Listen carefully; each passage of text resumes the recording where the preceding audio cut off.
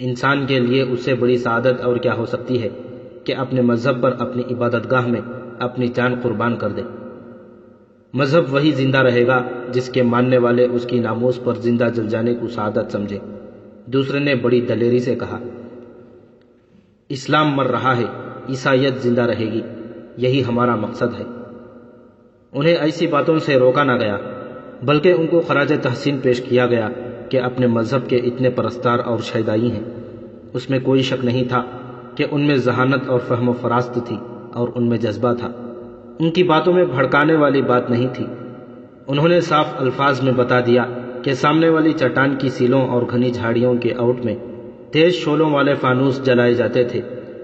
ان پر گول کنستر چڑھا دیا جاتا تھا تاکہ ان کی روشنی ادھر ادھر پھیلنے کے بجائے سامنے درخت تک جائے۔ درخت کی شاخوں میں وہ انسان کی بد مٹھی جتنا موٹا لکڑی کا چوکور بلاک سا بند دیے تھے۔ اس بلاک کے ہر طرف ابرق چپکایا ہوا تھا۔ رات کو جب ابرق پر روشنی پڑتی تھی تو یہ چمکتا تھا۔ چونکہ یہ رسی سے لٹک رہا ہوتا تھا اس لیے وہ ہلتا رہتا تھا۔ اس سے کرنیں نکلتی تھیں جو متحرک ہوتی تھیں۔ حضرت عیسیٰ کے متعلق یہ روایت ہے کہ ان کا نور جسے نظر آئے اسے کسی درخت کی شاخوں میں ستارہ سا چمکتا نظر آتا تھا۔ یہ لوگ اسی عقیدے کو عملی رنگ دے رہے تھے۔ حضرت عیسیٰ کی جو شبیہہ انہوں نے چمکتی ہوئی دکھائی تھی وہ بھی اسی عمل سے دکھائی تھی، اور اب گرجے کو ان دونوں نے آگ لگا دی تھی۔ اس سے پہلے وہ حضرت عیسیٰ کی تصویر نکال چکے تھے۔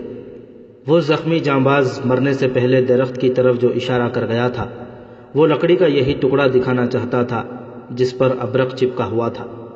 اس نے رات ایک آدمی کو اوپر چڑھتے اور نیچے اترتے دیکھا تھا۔ وہ چوکور ٹکڑا ابھی تک وہاں لٹک رہا تھا۔ وہ اتارا گیا۔ سامنے چٹان پر فانوس پڑے تھے جو بجھ چکے تھے۔ انہیں جلانے والے شاید گرجے والی پہاڑی پر آ کر مارے گئے تھے۔ ہم نے جو کچھ کیا اپنے مذہب کی خاطر کیا، ان دو آدمیوں میں سے ایک نے کہا۔ ہمارے لوگ جو اشارے اور جو زبان سمجھتے ہیں، ہم نے ان اشاروں اور اس زبان میں انہیں سمجھانے کی کوشش کی ہے کہ اپنا مذہب نہ چھوڑیں۔ ہماری آپ کے ساتھ کوئی ذاتی دشمنی نہیں، یہ دو مذہبوں کی دشمنی ہے۔ اسلام پھیل رہا ہے، عیسائیت اسے روک رہی ہے۔ ہم اسے روکنے کے لیے ہر جائز اور ناجائز طریقہ استعمال کریں گے۔ ہم دونوں کو آگ میں پھینک دیں، ہماری راکھ سے دو اور انسان جنم لیں گے جو ہماری راہ پر چلیں گے۔ اس گرجے کے شعلے اپنا کام کر رہے ہیں۔ سورج طلوع ہو رہا تھا جب حاجب عبد الکریم اور سالار عبد الرؤف عبد الرحمن کے محل میں پہنچے۔ ان کے ساتھ اپنے جانبازوں اور عیسائیوں کی لاشیں تھیں۔ حضرت عیسیٰ کی وہ تصویر، فانوس اور لکڑی کا وہ ٹکڑا بھی اٹھا لائے تھے جو فانوس کی روشنی میں چمکتا تھا۔ ان کے ساتھ دو عیسائی بھی تھے جنہیں انہوں نے زندہ پکڑا تھا۔ ان کے آنے کی اطلاع شاہ اندلس عبد الرحمن کو ملی۔ وہ ابھی خوابگاہ میں تھا اور سلطانہ ملکہ تروب اس کے ساتھ تھی۔ عبد الرحمن نے انہیں بلایا۔ وہ دونوں ملاقات کے کمرے میں جا بیٹھے۔ عبد الرحمن خوابگاہ سے نکلا تو سلطانہ نے اپنی خاص خادمہ کو بلا کر کہا کہ زریاب سے کہو کہ جس حالت میں ہے آ جائے۔ عبد الکریم اور عبد الرؤف آئے ہیں۔ وہ دونوں ملاقات کے کمرے میں جا بیٹھے۔ عبد الرحمن جب ملاقات کے کمرے میں داخل ہوا تو سلطانہ بھی اسی کے ساتھ تھی۔ وہ ابھی سونے کے لباس میں تھی، کندھے اور بازو ننگے اور بال جو ریشم جیسے ملائم اور چمکیلے تھے کھلے ہوئے تھے اور مرمرین کندھوں پر بکھرے ہوئے تھے۔ وہ اپنے قدرتی حسن میں تھی، کوئی بناؤ سنگار نہ تھا۔ اس سادگی میں اس کے حسن کا طلسم پوری آب و تاب میں تھا۔ اندلس کے وزیر اور سالار نے اسے دیکھا، پھر دونوں نے ایک دوسرے کی طرف دیکھا۔ انہوں نے سلطانہ کو دیکھ کر جو دھچکا سا محسوس کیا تھا وہ انہوں نے ایک دوسرے کی آنکھوں میں دیکھا۔ ان کا رد عمل ایک جیسا اور سوچ ایک جیسی تھی۔ سوچ یہ تھی کہ اس طلسم میں صرف وہ عبد الرحمن زندہ رہ سکتا ہے جو شاہ اندلس ہے اور عورتوں کا شیدائی ہے۔ سلطانہ کی اتنی ملائم اور اتنی پرچمک زلفوں میں الجھ کر وہ عبد الرحمن زندہ نہیں رہ سکتا جو اندلس کا امین اور اسلام کا پاسبان ہے۔ ہم آپ کو زحمت نہ دیتے، وزیر عبد الکریم نے بات شروع کی، لیکن عیسائیوں نے کچھ ایسے حالات پیدا کر دیے ہیں کہ ہمیں راتوں کو سونا بھی نہیں چاہیے۔ انہوں نے ایسی شعبدہ بازیاں شروع کر دی ہیں جو ہمارے مذہب پر بھی اثر انداز ہو رہی ہیں، اور نہ صرف عیسائیوں کو بلکہ مسلمانوں کو بھی حکومت کے خلاف اکساتی ہیں۔ کوئی خاص واقعہ ہو گیا ہے؟ عبد الرحمن نے جمائی لیتے ہوئے کہا۔ یا آپ لوگ اپنے مخبروں کی اطلاعیں مجھے دینے آئے ہیں؟ امیر اندلس وزیر عبد الکریم نے کہا، رات ایک خاص واقعہ ہو گیا ہے جو کئی راتوں سے ہو رہا ہے۔ گزشتہ رات ہم نے یہ ڈھونگ ختم کر دیا ہے۔ باہر کچھ لاشیں اپنے سپاہیوں کی پڑی ہیں اور کچھ ان عیسائیوں کی جنہوں نے یہ ڈھونگ رچایا تھا۔ 2 کو ہم زندہ پکڑ لائے ہیں۔ لاشیں؟ عبد الرحمن نے بدک کر پوچھا، کیا یہ معاملہ اتنا سنگین تھا کہ خون خرابے تک نوبت پہنچ گئی؟ وزیر عبد الکریم اور سالار عبد الرؤف نے اپنی پوری تفصیل سے پہاڑی پر ویران گرجے کی شعبدہ بازی سنانی شروع کر دی۔ اس دوران زریاب بھی آ گیا اور وہ انہماک سے رات کی روئیداد سننے لگا۔ عبد الرحمن اونگ رہا تھا۔ عبد الکریم اور عبد الرؤف نے ایک ایک بات سنائی۔ ہم آپ کے حکم کے منتظر ہیں امیر محترم۔ سالار عبد الرؤف نے کہا، ان 2 قیدیوں سے پوری تفتیش ہونی چاہیے کہ اس ناٹک کے روح رواں کون ہیں۔ ان چھوٹے چھوٹے آدمیوں کو قید میں ڈال دینا یا انہیں جلاد کے حوالے کر دینا کوئی علاج نہیں۔ ہمیں ان کے قائدین کو پکڑنا ہے۔ ہمیں ان دماغوں کو بیکار کرنا ہے جو اس فتنے کو جنم دے رہے ہیں۔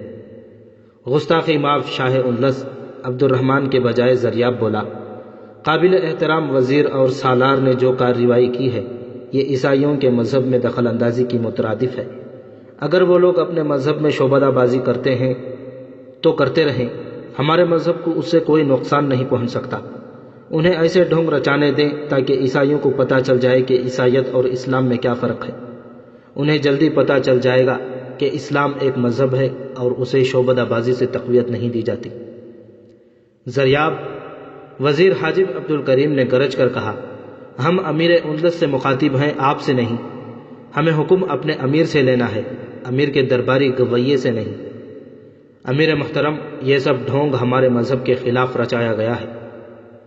شاہ اندلس بیدار ہو گیا۔ وہ کوئی کم فہم اور روایتی بادشاہ نہیں تھا، عالم بھی تھا، عامل بھی، اور وہ مرد میدان بھی تھا۔ اس کی خوبیوں اور خامیوں کا عقل و دانش اور گمراہی کا پہلے ذکر آ چکا ہے۔ وہ اپنے اوپر عورت اور راگ رنگ کو طاری کر لیا کرتا تھا، اب تو اس پر ان دونوں نشوں کے علاوہ ابھی نیند کا غلبہ بھی تھا۔ عبد الکریم کی گرج نے اسے جگا دیا۔ اس نے زریاب کو گھور کر دیکھا۔ سلطانہ نے زریاب کو اسی مقصد کے لیے بلایا تھا کہ وزیر اور سالار آئے ہیں اور شاہ اندلس کو کہیں ان کی راہ سے ہٹا نہ جائے۔ زریاب، عبد الرحمن نے کہا، تم خاموش رہو۔ یہ ٹھیک کہہ رہے ہیں کہ انہیں حکم مجھ سے لینا ہے۔ زریاب ہوشیار آدمی تھا، اسے خدا نے غیر معمولی فہم و فراست دی تھی۔ اس کی آواز میں سوز و گداز تھا۔ ویسے بھی وہ زبان کا جادو چلانا جانتا تھا۔ اس کے ہونٹوں پر خفت کی مسکراہٹ آ گئی۔ شاہ اندلس سے میں معافی مانگتا ہوں، اس نے کہا، اور میں محترم وزیر اور قابل احترام سالار سے بھی معافی مانگتا ہوں کہ مجھ سے گستاخی ہوئی۔ میں اس کارروائی کے خلاف بات نہیں کر رہا جو آپ نے کی ہے۔ آپ کے جذبے کا تقاضا یہی تھا جو آپ نے پورا کیا۔ شاہ اندلس آپ کو یقیناً خراج تحسین پیش کریں گے، لیکن شاہ اندلس کو اپنی رعایا کے مذہبی جذبات کا بھی خیال رکھنا ہے۔ اس تخت پر آپ بیٹھ جائیں تو آپ کی بھی سوچیں بدل جائیں گی۔ اگر شاہ اندلس کو سالار بنا دیا جائے تو دشمن کے خلاف ان کی کارروائی آپ سے زیادہ جارحانہ ہوگی۔ زریاب اپنے اس مخصوص انداز اور لب و لہجے میں بولتا جا رہا تھا جس کے اثر سے وہ تمام دربار پر چھایا ہوا تھا۔ دوسرا جادو اس کے فلسفے اور منطق کا تھا۔ ایک سحر اور تھا جو مخمور کر دینے والے نشے کی طرح شاہ اندلس پر غالب آ رہا تھا۔ وہ سلطانہ کے گداز اور عریاں بازوؤں اور اس کے بکھرے ہوئے ریشمی بالوں کا لمس تھا۔ وہ شاہ اندلس کے اتنی قریب بیٹھی تھی کہ شاہ اندلس اس کے جسم کی تپش محسوس کر رہا تھا۔ وہ اس کی طرف دیکھتا تھا تو اس کی سانسیں سلطانہ کی سانسوں سے محو اختلاط ہوتی تھیں۔ تم دونوں نے جو کیا اچھا کیا ہے، عبد الرحمن نے کہا، اس معاملے کو یہیں ختم کر دو۔ ان 2 آدمیوں کو چھوڑ نہ دیا جائے جنہیں یہ پکڑ لائے ہیں۔ سلطانہ ملکہ تروب نے کہا، غیر مسلم رعایا یہ نہ کہے کہ اسلام ایک ظالم مذہب ہے۔ ہاں، عبد الرحمن نے کہا، انہیں چھوڑ دیا جائے۔ حاجب عبد الکریم غصے سے اٹھ کھڑا ہوا۔ سالار عبد الرؤف بھی اٹھا۔ امیر اندلس، حاجب عبد الکریم نے درباری آداب کی پرواہ نہ کرتے ہوئے کہا، آپ آرام فرمائیں، ہم زندہ ہیں، ہم اسلام کو زندہ رکھیں گے۔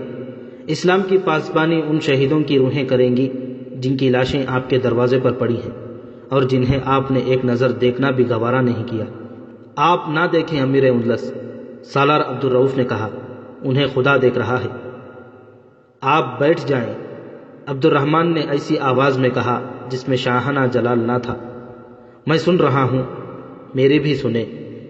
اگر اندلس آپ کی جاگیر ہوتی تو آپ کے حکم کے بغیر سانس بھی نہ لیتے۔ وزیر حاجب عبد الکریم نے جذبات سے بوجھل آواز میں کہا، یہ اللہ کی سرزمین ہے، یہاں آ کر اسلام کسی سے ڈرے گا نہیں، دبکے گا نہیں۔ ہم اسلام کو اور اسلامی سلطنت کو ہر خطرے سے بچائیں گے، خواہ یہ خطرہ آپ کی ذات کی طرف سے ہی کیوں نہ ہو۔ مجھے افسوس ہے کہ آپ کو میری باتوں نے، زریاب کہنے لگا، ہماری نگاہ میں تمہاری کوئی حیثیت نہیں زریاب۔ سالار عبدالرؤف نے اس کی بات کاٹ کر کہا، خلافت کے نظام میں تم جیسے آدمی کو کوئی حیثیت نہیں دی جاتی۔ تمہیں اور اس عورت کو اس کمرے میں ہونا ہی نہیں چاہیے تھا۔ سلطنت کے امور میں تمہارا کیا دخل؟ ہم نے جو بہتر سمجھا وہ کیا ہے، وزیر حاجب عبد الکریم نے کہا۔ ہم جا رہے ہیں، اگر ہم دونوں مجرم ہیں تو ہمیں بلا کر سزا دے دینا۔ دونوں اپنے امیر کی اجازت کے بغیر وہاں سے چل پڑے۔ رک جاؤ، امیر عبد الرحمن نے کہا، میں شہیدوں کا احترام کرتا ہوں۔ وہ دونوں رک گئے۔ عبد الرحمن اٹھا اور ان کی طرف چل پڑا۔ اب اس کی چال جنگجوؤں جیسی تھی۔ سلطانہ اور زریاب کا اثر اتر چکا تھا، اس پر کوئی نشہ سوار نہیں تھا۔ اس کا جسم تن گیا اور سر اونچا ہو گیا تھا۔ میں ابھی ابھی سو کر اٹھا ہوں، عبد الرحمن نے ایک ہاتھ عبد الکریم کے کندھے پر اور دوسرا عبدالرؤف کے کندھے پر رکھ کر کہا، میں اس واقعے پر اچھی طرح غور نہیں کر سکا تھا۔ جاگو امیر اندلس، جاگو، عبد الکریم نے کہا، دشمن جاگ رہا ہے۔ دونوں امیر اندلس کو دو حصوں میں کٹا ہوا چھوڑ کر باہر نکل گئے۔ عبد الرحمن نے دریچے کا پردہ ذرا سا سرکا کر باہر دیکھا۔ حاجب عبد الکریم اور سالار عبدالرؤف شہیدوں کی لاشیں اٹھوا رہے تھے۔ عیسائیوں کی لاشیں اور یہ دو قیدی یہی رہیں گے؟ دربان نے پوچھا۔ شاہ اندلس جو حکم دیں اس کی تعمیل کرنا، سالار عبدالرؤف نے کہا، صرف شہیدوں کی لاشیں لے چلو۔ عبد الرحمن نے شہیدوں کی لاشوں کو جاتے دیکھا۔ ہر لاش لکڑی کے ایک ایک تختے پر پڑی تھی، ہر تختہ چار چار سپاہیوں نے اٹھا رکھا تھا۔ شہیدوں کا یہ جلوس بڑی خاموشی سے جا رہا تھا۔ عبد الکریم اور عبدالرؤف لاشوں کے پیچھے پیچھے جا رہے تھے۔ انہوں نے شہیدوں کے احترام میں اپنی تلواریں نیام سے نکال کر اپنے سامنے ہاتھوں پر سیدھی پکڑ رکھی تھی۔ ان کے گھوڑے ساتھ تھے، لیکن وزیر اور سالار پیدل جا رہے تھے۔ ان کے پیچھے چند ایک سپاہی تھے جنہوں نے اپنی برچیاں سیدھی پکڑ رکھی تھی۔ ان کی چال کا اندازہ ماتمی نہیں تھا، وہ تیز چل رہے تھے۔ ان کے قدموں میں وقار تھا، اور جنہوں نے شہیدوں کا بوجھ اٹھا رکھا تھا وہ بھی یوں تن کے چلے جا رہے تھے جیسے ان کے کندھوں پر شہیدوں کا بوجھ تھا ہی نہیں۔ عبد الرحمن انہیں دیکھتا رہا۔ اس کی نظروں کے آگے شہیدوں کا ایک اتنا لمبا قافلہ چل پڑا جو کہیں ختم ہوتا نظر نہیں آتا تھا۔ اس کے جذبات میں ہلچل بپا ہو گئی، پھر اس کا خون ابلنے لگا۔ وہ پردہ چھوڑ کر گھوما۔ اس کے چہرے پر کسی سحر کا اور کسی نشے کا تاثر نہیں تھا۔ زریاب اس کی مزاجی کیفیت بھانپ گیا۔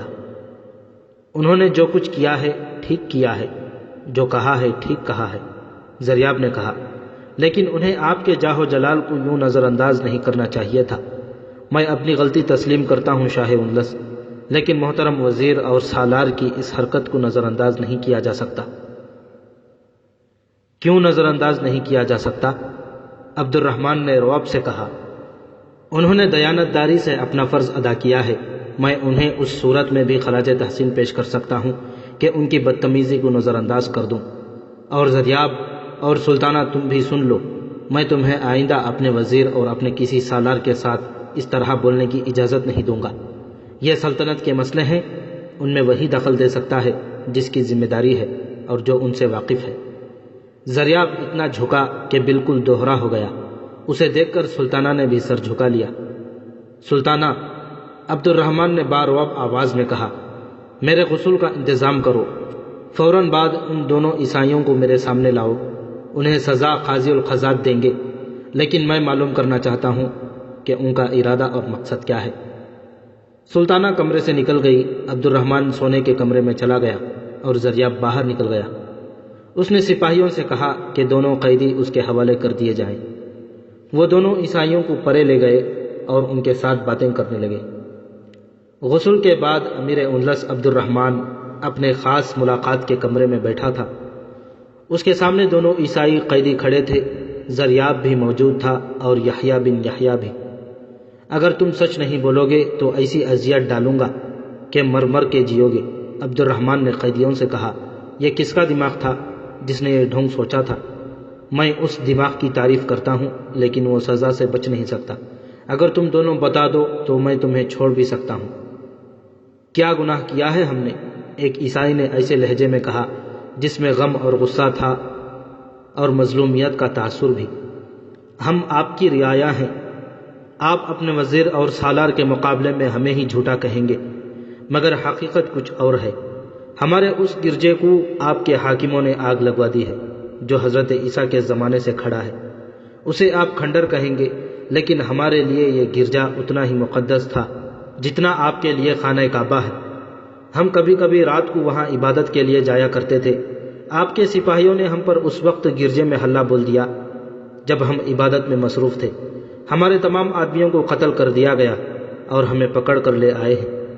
چونکہ ہم قیدی ہیں اس لیے آپ ہمیں مجرم سمجھتے ہیں۔ کیا اسلام میں روا ہے کہ دوسرے مذاہب کی عبادت گاہوں کو مسلمان آگ لگا دیں؟ دوسرے قیدی نے احتجاج کے لہجے میں کہا، یہ دیکھیں یسوع مسیح کی تصویر یہاں پڑی ہے۔ یہ آپ کے سالار وہاں سے اٹھا کر یہاں پھینک گئے ہیں۔ اگر آپ کو یہ توقع ہے کہ اس طرح خوف زدہ ہو کر ہم مسلمان ہو جائیں گے تو آپ کی یہ توقع کبھی پوری نہ ہوگی۔ یحییٰ، عبد الرحمن نے کہا، کیا میں یہ تسلیم کر لوں کہ میرے وزیر اور ایک سالار نے جھوٹ بولا؟ یحییٰ بن یحییٰ ابھی جواب سوچ ہی رہا تھا کہ ایک قیدی نے کہا، وزیر اور سالار فرشتے نہیں ہوتے۔ انہوں نے ہم پر جو ظلم کیا ہے وہ اپنے مذہب کی خاطر کیا ہے، لیکن ان کے دماغوں میں یہ سوچ نہیں آئی کہ انہوں نے پوری عیسائی رعایا کو اپنے خلاف کر لیا ہے۔ ہم آپ کی وفادار رعایا ہیں۔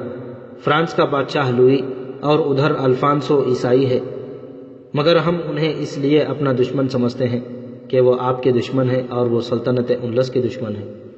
ان دونوں کو باہر لے جاؤ۔ عبد الرحمن نے کہا، مجھے کچھ سوچنے دو۔ قیدیوں کو باہر لے گئے۔ زریاب کے ہونٹوں پر ہلکا سا تبسم تھا۔ یحییٰ بن یحییٰ گہری سوچ میں کھویا ہوا تھا اور عبد الرحمن اپنے ماتھے پر ہاتھ پھیر رہا تھا۔ اسے اور یحییٰ کو معلوم نہیں تھا کہ جب وہ غسل کے لیے اندر چلا گیا تھا تو زریاب باہر نکل گیا تھا۔ وہ قیدیوں کو پرے لے گیا تھا۔ دربار پر اور امیر پر وہ چونکہ چھایا ہوا تھا، اس لیے سپاہیوں نے دونوں قیدیوں کو اس کے حوالے کر دیے تھے۔ قیدیوں نے جو بیان دیا تھا وہ انہیں زریاب نے بتایا تھا۔ کیا میں اپنے وزیر اور سالار کے خلاف کارروائی کروں؟ امیر اندلس نے یحییٰ سے پوچھا اور خود ہی جواب دیا، میں ایسا نہیں کروں گا۔ آپ کو ان کے خلاف کارروائی نہیں کرنی چاہیے شاہ اندلس۔ زریاب نے اس کی ہاں میں ہاں ملاتے ہوئے کہا اور اس کے دماغ میں اپنا فیصلہ ڈالنے کے لیے کہا، آپ دو سالاروں کی دشمنی مول نہیں لے سکتے۔ وزیر عبد الکریم وزیر بھی ہیں، سالار بھی۔ انہوں نے بڑی خطرناک غلطی کی ہے، لیکن یہ معاملہ دبایا جا سکتا ہے۔ میں عیسائیوں کو راضی کر لوں گا۔ ان دونوں قیدیوں کی رہائی کا حکم دے دیں۔ اگر آپ انہیں رہا کرنا چاہتے ہیں تو کر دیں۔ یحییٰ بن یحییٰ نے کہا، لیکن یہ نہ بھولیں کہ بغاوت سر اٹھا رہی ہے۔ مجھے پتا چلا ہے کہ جس پرانے اور غیر آباد گرجے کو آگ لگی ہے وہاں عیسائی کسی پر اسرار طریقے سے عیسائیوں کو خوف زدہ کر کے انہیں حکومت اندلس کے خلاف اکساتے تھے۔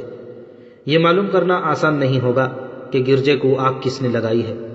میرا مشورہ تو یہ ہے کہ ان قیدیوں کو رہا کر دیا جائے، لیکن عیسائیوں کی درپردہ سرگرمیوں پر نظر رکھی جائے۔ گرجوں کو آگ لگا کر آپ بغاوت کی چنگاری کو نہیں بجھا سکتے۔ ٹھنڈے مزاج سے سوچیں۔ کچھ دیر بحث مباحثہ ہوتا رہا۔ یحییٰ بن یحییٰ عیسائیوں کا ساتھی تو نہیں تھا، لیکن اس کے اپنے مفادات تھے، اس لیے وہ ان کے مطابق بات کر رہا تھا۔ زریاب بظاہر عبد الرحمن کا بہی خواہ تھا، لیکن وہ عیسائیوں کا آدمی تھا۔ عبد الرحمن ان دونوں سے متاثر تھا، اس لیے اس نے اپنے فیصلے پر ان کے مشورے غالب کر لیے اور حکم دیا کہ دونوں قیدیوں کو رہا کر دیا جائے۔ قرطبہ کے گرجوں کی گھڑیال بج رہے تھے۔ بعض کی آواز بھاری تھی، بعض کی ہلکی۔ وہ ایک ہی سر اور تال پر جیسے منظم ہو گئے تھے۔ یہ ان کے بجنے کا کوئی وقت نہیں تھا، یوں معلوم ہوتا تھا جیسے کوئی خطرہ بڑا چلا آ رہا ہو۔ کیا ہو گیا ہے ان لوگوں کو؟ عبد الرحمن نے پوچھا۔ معلوم ہوتا ہے جیسے ان پر کوئی آفت آ پڑی ہو۔ یہ آفت کیا کم ہے کہ ان کے ایک قدیم گرجے کو آگ لگا دی گئی ہے۔ زریاب نے کہا، یہ ماتمی گھڑیال ہیں، ہم کسی کو رونے سے نہیں روک سکتے شاہ انلس، آپ پریشان نہ ہوں، میں انہیں سنبھال لوں گا۔ یہ قدیم گرجا پہاڑی پر تھا۔ رات کے ایک شعلے قرطبہ کے لوگوں نے دیکھے تھے، یہی لوگ تھے جنہیں حضرت عیسیٰ کا ظہور دکھایا گیا اور پیغام سنایا گیا تھا، جس میں حضرت عیسیٰ نے تباہی اور بربادی کی خبر دی تھی۔ رات کو جو لوگ حضرت عیسیٰ کا ظہور دیکھنے گئے تھے وہ دور نیچے کھڑے تھے۔ جب گرجے کو آگ لگی تو ان میں ایسی بھگدڑ مچی کہ کئی آدمی گرے اور اندھا دھند بھاگے اور ہجوم کے قدموں تلے کچلے گئے۔ ہجوم خوف زدہ تھا، اس نے سارے شہر میں خوف پھیلا دیا، اور دوسرے دن نہ صرف شہر میں بلکہ مضافات میں بھی بڑی بڑی ڈراؤنی افواہیں پھیل گئیں۔ پیغام میں کہا گیا تھا کہ گرجوں میں جاؤ، وہاں سے تمہیں رہنمائی ملے گی۔ گرجوں کے گھڑیال بج رہے تھے اور عیسائی گرجوں کو دوڑے جا رہے تھے، اور تم نے اپنا مذہب ترک کر دیا۔ ہر گرجے میں اس قسم کے الفاظ گونج رہے تھے، ہر پادری کا آواز یہی تھا۔ آج تمہارے اس گرجے کو مسلمانوں نے آگ لگا دی ہے جہاں خدا کے بیٹے کا ظہور ہوا تھا۔ اسے یہی گرجا عزیز تھا۔ اس نے کہا تھا کہ تم اپنے دشمن کے ہاتھوں تباہ و برباد ہوگے۔ اور کسی گرجے سے یہ آواز اٹھ رہی تھی، یسوع مسیح اپنے اس گرجے کو آگ لگا کر ہمیشہ کے لیے چلے گئے ہیں جس میں وہ راتوں کو آ کر عبادت کیا کرتے تھے۔ گرجوں کے گھڑیال مسلسل بج رہے تھے جیسے یہ اب ہمیشہ بجتے ہی رہیں گے۔ عبد الرحمن کا محل جیسے اس ڈن ڈن کی آواز سے جھوم رہا تھا۔ عبد الرحمن اپنے دربار میں داخل ہوا تو اسے ایسے لگا جیسے گرجوں کے گھڑیالوں کی آوازیں یہیں سے زیادہ بلند ہو گئی ہوں۔ بند کرو انہیں، عبد الرحمن نے گرج کر کہا، ہم اپنا فیصلہ دے چکے ہیں۔ شاہ انلس کے حکم کی تعمیل کرنے کو درباری دوڑ پڑے۔ باہر گھوڑے دوڑنے کی آوازیں سنائی دیں اور کچھ دیر بعد گھڑیال خاموش ہو گئے۔ گھڑیال خاموش ہو گئے ہیں شاہ انلس، عبد الرحمن کو کسی اور نے اطلاع دی۔ ہاں ہاں، عبد الرحمن نے خوشمگی ہو کے کہا، میرے کان ہیں، مگر آپ اس طوفان کو کس طرح خاموش کریں گے جو کلیسا سے اٹھ رہا ہے؟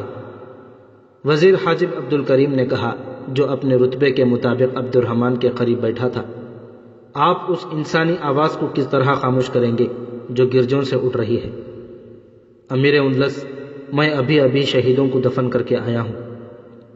شہید شہید؟ عبد الرحمن نے جھنجھلا کر کہا، عبد الکریم، کوئی اور بات بھی کیا کرو، کچھ سوچنے دو، مجھے کچھ سوچنے دو۔ وہ اٹھ کھڑا ہوا اور درباریوں اور وزیر کو حیران و ششت چھوڑ کر اندر چلا گیا۔ شام کو عبد الرحمن کو روز مرہ کی طرح دن بھر کی خبریں سنائی جانے لگیں۔ یہ خبریں سنانے والے دو آدمی تھے، لیکن وہ براہ راست عبد الرحمن سے بات نہیں کر سکتے تھے۔ ایک درباری حاکم تھا جو ان مخبروں سے خبریں سنتا تھا اور عبد الرحمن تک صرف وہ باتیں پہنچاتا تھا جو اس کے لیے خوشگوار ہوتی تھیں۔ جب سے زریاب نے دربار پر اپنا اثر و رسوخ قائم کر لیا تھا، روز مرہ کی خبریں عبد الرحمن تک پہنچنے سے پہلے وہ بھی سنتا اور ہدایت جاری کرتا تھا کہ کون کون سی بات شاہ انلس تک پہنچے اور کون سی حذف کر لی جائے۔ لوگ خلیفہ کا نام تک نہیں جانتے۔ عبد الرحمن کو اس شام دن بھر کی رپورٹیں دینے والے نے کہا، لوگ صرف شاہ انلس کو جانتے پہچانتے ہیں۔ کیا کہیں سے بغاوت کی بو آتی ہے؟ عبد الرحمن نے پوچھا۔ بغاوت؟ خبریں سننے والے نے حیران ہو کے جواب دیا، کیسی بغاوت؟ کیا مسلمان کیا عیسائی حضور کے نام کے سجدے کرتے ہیں؟ بغاوت کی کون سوچ سکتا ہے؟ اسے ہر شام ایسی ہی خبریں سنائی جاتی تھیں جن میں اسے خدا سے بات کا درجہ دیا جاتا تھا۔ وہ رعایا کو خوشامدی مشیروں کی آنکھوں سے دیکھتا تھا اور انہی کے کانوں سے باہر کی آوازیں سنتا تھا۔ انہی لوگوں نے اسے امیر انلس سے شاہ انلس بنا دیا تھا، اور اس روز جب ایک گرجے کے کھنڈر کی آگ کی چنگاریاں اڑتی ہوئی ہر ایک گرجے میں جا پہنچی اور بغاوت کی چنگاریاں بن رہی تھیں، شاہ انلس کو یہ اطلاع دی گئی کہ سب خیریت ہے اور رعایا اس کے نام کے سجدے کرتی ہے۔ انلس کے اس حکمران کو جو عالم اور فاضل تھا اور جو قانون اور منطق میں قطع و برید اور ترمیم کرنے کی اہلیت اور فہم و فراست بھی رکھتا تھا، اور جس کی تلوار اور جنگی قیادت سے شاہ لوئی اور الفانسو دوم جیسے جنگجو اور طاقتور حکمران بھی ڈرتے تھے، وہ امیر انلس خوشامدیوں اور مفاد پرستوں کے طلسماتی الفاظ سے اتنا متاثر ہوا، اسے احساس نہ رہا کہ وہ جو کچھ کہہ رہا ہے اور جو کچھ کر رہا ہے اور جو کچھ اس سے کہلوایا اور کروایا جا رہا ہے وہ تاریخ ہے، اور آگے چل کر اسے تاریخ اسلام بننا ہے۔ تاریخ تازیانہ عبرت بھی ہوتی ہے، مشعل راہ بھی۔ آنے والی نسلیں اس سے گمراہ بھی ہوتی ہیں اور اسے منزل کے نشان بھی پا لیتی ہیں۔ بھٹک جانے کا یا منزل کے نشان پا لینے کا انحصار اس پر ہے کہ آباء و اجداد نے تاریخ کے ساتھ جھوٹ بولا ہے یا وہ حق پرست رہے ہیں۔ جس قوم کی تاریخ میں خوشامدیوں اور غداروں کا عمل دخل رہا ہو، اس کے اوراق جھوٹ کے حامل ہوتے ہیں۔ انسان انسان کو خود ستائی کا عادی بنا سکتا ہے، انسان انسان کو بادشاہ بنا سکتا ہے، مگر تاریخ کا رد عمل بڑا خوفناک ہوتا ہے۔ ہندوستان میں مغلوں نے اور اندلس میں بنی امیہ کی جو تاریخ بنائی وہ درباریوں نے لکھی، جس پر ہم آج بھی فخر کرتے ہیں۔ ادھر تاج محل اور شاہی مسجدوں کو اور ادھر الحمر اور مسجد قرطبہ کو دیکھ کر ہم اپنے اوپر جھوٹا وجد طاری کر لیتے ہیں، مگر کم ہی غور کرتے ہیں کہ انہیں زوال کیوں آیا اور سلطنت اسلامیہ سکڑتی سمٹتی کیوں چلی گئی۔ یہ کارنامہ خوشامدیوں اور غداروں کا ہے، جنہوں نے حکمرانوں کی عقل پر پردے ڈال دیے، اور جب وہ مر گئے تو اس پر عالی شان مقبرے تعمیر کر دیے۔ انلس کی تاریخ کے ایک ایک ورق اور ایک ایک لفظ پر غور کریں تو محسوس ہوگا کہ آج ہم صدیوں بعد اسی تاریخ کو دہرا رہے ہیں۔ خوشامدی مشیر اور ان کی سفارشوں پر بے دریغ انعام و اکرام اور خطروں سے چشم پوشی کا دور ایک بار پھر آ گیا ہے۔ قوم رعایا بن گئی ہے اور حاکم اور رعایا کا رشتہ ٹوٹ چکا ہے، مگر حاکم اس نشے میں بدمست ہے کہ لوگ ان کے نام کے سجدے کرتے ہیں۔ اس شام عبد الرحمن کو جو خبریں سنائی گئیں ان میں گرجے کے جلنے کا اور عیسائیوں کے رد عمل کا ذکر تک نہ تھا۔ عبد الرحمن نے خود پوچھا کہ اس سلسلے میں کوئی خبر نہیں، کوئی ایسی اہم بات نہیں ہوئی جو بیان کی جائے؟ اسے جواب ملا۔ اسے وزیر عبد الکریم اور سالار عبد الرؤف کے الفاظ یاد آ گئے جو انہوں نے اسے اسی صبح کہے تھے: آپ آرام فرمائیں، ہم زندہ ہیں، اسلام کو ہم زندہ رکھیں گے، اسلام کی پاسبانی ان شہیدوں کی روحیں کریں گی جن کی لاشیں آپ کے دروازے پر پڑی ہیں۔ اگر کوئی اہم بات نہیں ہوئی تو گرجوں کے گھڑیال کیوں بجتے رہے ہیں؟ عبد الرحمن نے کہا: تم نے ان شہیدوں کا ذکر نہیں کیا جنہیں آج دفن کیا گیا ہے۔ لوگ جنازے میں شریک ہوئے ہوں گے، لوگوں نے باتیں کی ہوں گی، اپنے اپنے خیالات کا اظہار کیا ہوگا۔ شاہ انلس کے پاس اتنا وقت نہیں ہونا چاہیے کہ ذرا ذرا سی باتوں پر پریشان ہوں۔ زریاب نے کہا: ان کا تعلق جس شعبے کے ساتھ ہے اسے وہ اطلاعیں پہنچا دی گئی ہیں، شاہ انلس کو مطمئن رہنا چاہیے۔ جس رات انلس کے حکمران کو یقین دلایا جا رہا تھا کہ ایسی کوئی بات نہیں کہ وہ پریشان ہو، اس سے اگلی شام قرطبہ سے 50-60 میل دور تحریک مولدین کی بانی مبانی ایلوگئیس کو قرطبہ سے گئے ہوئے 2 گھوڑ سوار بتا رہے تھے کہ انہوں نے قرطبہ کے قریب قدیم گرجے میں یسوع مسیح کے ظہور کا جو ناٹک شروع کیا تھا وہ ناکام ہو گیا ہے، لیکن انجام ایسا ہوا ہے کہ اسی سے مقصد پورا کر لیا گیا ہے۔ انہوں نے ایلوگئیس کو تفصیل سے سنایا کہ رات کیا ہوا ہے اور گرجوں میں اس حادثے کو کس رنگ میں استعمال کیا گیا ہے۔ یہ وہی 2 آدمی تھے جنہیں گرجے کے واقعے میں گرفتار کیا گیا تھا اور عبد الرحمن نے انہیں رہا کر دیا تھا۔ اگر تمہیں چھوڑ دیا گیا ہے تو اس سے یہ ظاہر ہوتا ہے کہ عبد الرحمن نے اس واقعے کو کوئی اہمیت نہ دی۔ ایلوگئیس نے کہا: حکومت کی کیا خبر ہے؟ آپ نے ٹھیک کہا ہے، ایک عیسائی نے کہا۔ شاہ انلس کے سامنے لے جانے سے پہلے ہمیں زریاب نے باہر آ کر بتا دیا تھا کہ ہم کیا کریں۔ زریاب اور سلطانہ نے شاہ انلس کا دماغ ہموار کر رکھا تھا۔ ہم نے مظلوم بن کر کہا کہ آپ کے حاکموں کے حکم سے ہمارے گرجے کو آگ لگا دی جا چکی ہے۔ شاہ انلس کے حرم کی 2 عیسائی عورتوں نے ہمیں بتایا ہے کہ عبد الرحمن کا دماغ صاف کر دیا گیا ہے۔ دوسرے عیسائی نے کہا: اور اس واقعے کو وہ کوئی اہمیت نہیں دے رہا، اور گرجوں میں عیسائیوں کا ہجوم جمع رہا۔ ایک نے کہا، ان لوگوں کو آگ کے بگولے بنا دیا گیا ہے، میں نے مسلمانوں پر بھی اس کا اثر دیکھا ہے۔